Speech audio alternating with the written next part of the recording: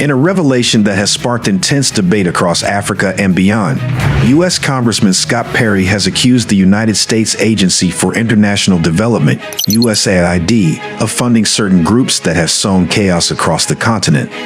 Perry's claims, made during the inaugural hearing of the Subcommittee on Department of Government Efficiency, have reignited concerns over the true motives behind American aid and its long-term impact on African nations. When we have enough food, why do we need someone to feed us? Because 2/3 of your population are starving. Why do people want to spoon feed us when we have enough food? But then how come 2/3 of the population are not getting that food? I mean, then again, how can you possibly imagine and say, I am hungry when I'm not hungry?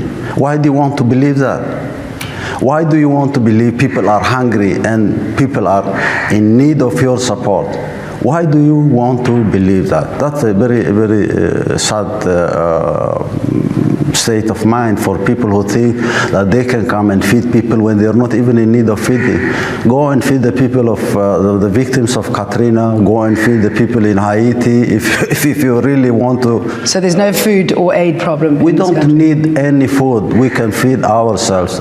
And I'm bothered, why do you want to feed us? I said, these people are crazy. They're out of their mind, imagining things that do not exist and fantasizing on what they wish to see.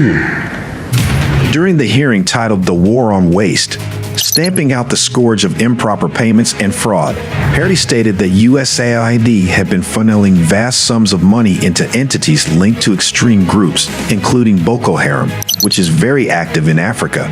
According to him, U.S. taxpayers are unknowingly supporting these rogue elements to the tune of $697 million annually, along with unmonitored shipments of cash into various regions. He further pointed out that USAID had allocated $136 million to construct 120 schools in Pakistan, yet there was zero evidence of these schools ever being built. This is not the first time that USAID has been accused of engaging in controversial activities. The agency, which operates under the guise of humanitarian assistance, has long been suspected of playing a more insidious role in global geopolitics. Critics argue that its operations often align too closely with U.S. strategic interests, undermining sovereignty and fostering instability in nations that refuse to fall in line with Washington's policies. The allegations come amidst broader efforts by U.S. President Donald Trump and his billionaire ally Elon Musk to curtail what they see as rampant government inefficiency. Musk, who Trump appointed to lead the Department of Government Efficiency, has been an outspoken critic of USAID, describing it as a viper's nest of radical left Marxists who hate America.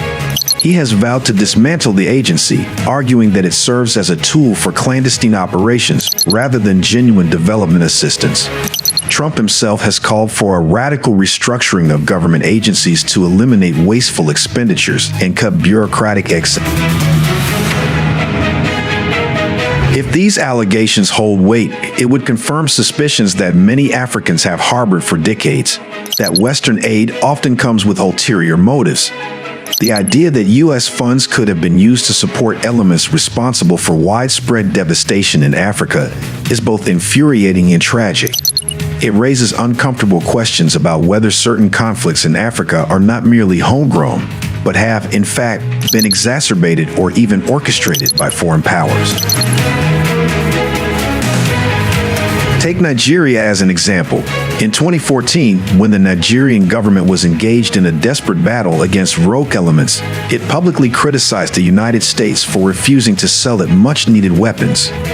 Adebowale Abidapo Adefoy, Nigeria's ambassador to the U.S. at the time, condemned Washington's hesitancy, arguing that Nigeria required more than just symbolic gestures of support. The U.S. justified its refusal by citing concerns over human rights violations within the Nigerian military. But this explanation did little to quell suspicions that America's true intentions were far more complex. Former Nigerian President Goodluck Jonathan later suggested that the U.S. had deliberately undermined his administration by withholding military assistance, thereby allowing these groups to gain ground in strategic territories. He believed this was part of a calculated effort to weaken his government, paving the way for a U.S.-favored leader to take office. For years, such claims have been dismissed as conspiracy theories, but Perry's recent statements lend new credibility to the idea that Africa's struggles with insecurity may have external architects. The implications of these revelations are profound. If USAID has indeed been complicit in funding destabilizing forces, then African nations must rethink their relationship with foreign aid. It is no secret that many of the so-called assistance programs come with strings attached. Loans and grants are often tied to policy conditions that prioritize foreign interests over local development. It is no coincidence that African nations rich in natural resources are frequently the most unstable. Where instability thrives, exploitation follows. The time has come for Africa to break this cycle. A continent that continues to rely on external aid will always be vulnerable to manipulation. The reality is that no foreign government will ever prioritize Africa's interests above its own. Therefore, the solution lies in self-sufficiency.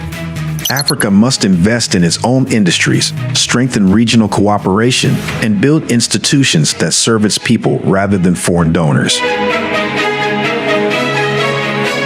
It is also imperative for African nations to scrutinize the operations of international organizations operating within their borders.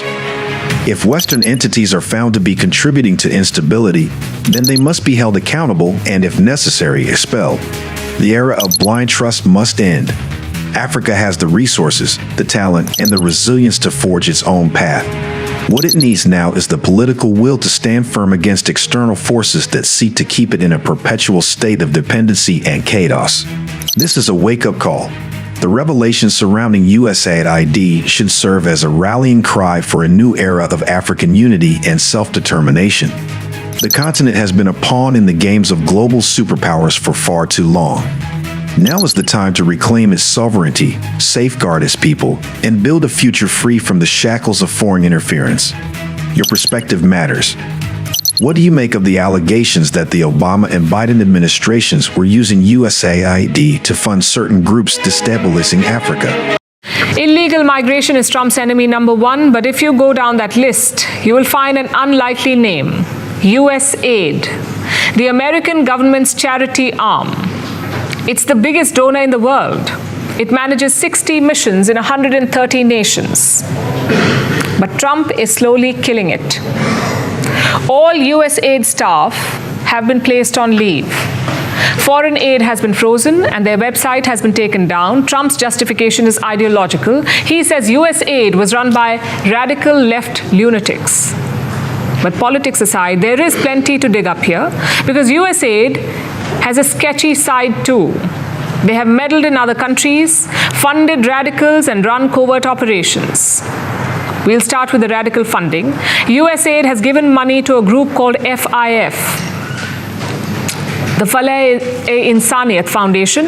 FIF, it is based in Pakistan. It is basically a front for Lashkar-e-Toiba, the same terror group behind the 26/11 Mumbai attacks. USAID was indirectly funding them. In the year 2021, they gave $110,000 to a Michigan charity, a group called Helping Hand. And this charity shared ties with Pakistan's FIF. At the time, this donation was flagged. USAID also launched an internal probe into it because the FIF was a banned group. Yet in 2023, more money was given, around $78,000 to the same Michigan charity. Was this oversight or was it planned? Either way, it should not have happened. Aid should go to people who need it, not charities linked to terrorists and radicals. And this is just one example. Washington has always used aid to further its agenda. It was never about charity, it was about politics. I have some examples for you. In Cuba, USAID created a social media platform in 2010. It was called Zunzuneo, sort of like a Cuban Twitter.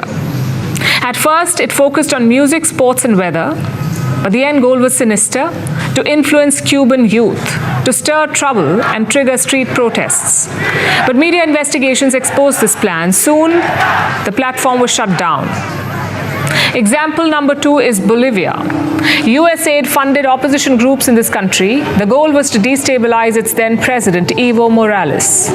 Now, Morales was a socialist leader. His policies were seen as anti-American, so USAID quietly undermined him. In 2013, Morales had had enough. He expelled USAID from the country. Example number 3 is Peru. In the 1990s, the country ran a sterilization program. Around 200,000 women were forcibly sterilized, again with funding from USAID. And these are just just 3 prominent examples. Dozens of countries have accused USAID of meddling. Russia, Nicaragua, Iran, Honduras, the list goes on. And the agency does not just meddle, it imposes American ideology on other countries. That's what happened in Brazil in the year 2005. The US offered $40 million to Brazil. The money was supposed to fight AIDS, but Brazil rejected the money because the funds came with conditions. Brazil had to embrace anti-abortion and abstinence policies. So their government said no. At that time, the US president was George Bush.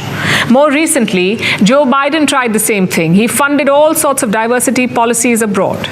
These are some of the insane priorities that organization has been spending money on. $1.5 million to advance DEI in Serbia's workplaces, $70,000 for a production of a DEI musical in Ireland, $47,000 for a transgender opera in Colombia, $32,000 for a transgender comic book in Peru. I don't know about you, but as an American taxpayer, I don't want my dollars going towards this crap, and I know the American people don't either, and that's exactly what Elon Musk has been tasked by President Trump to do.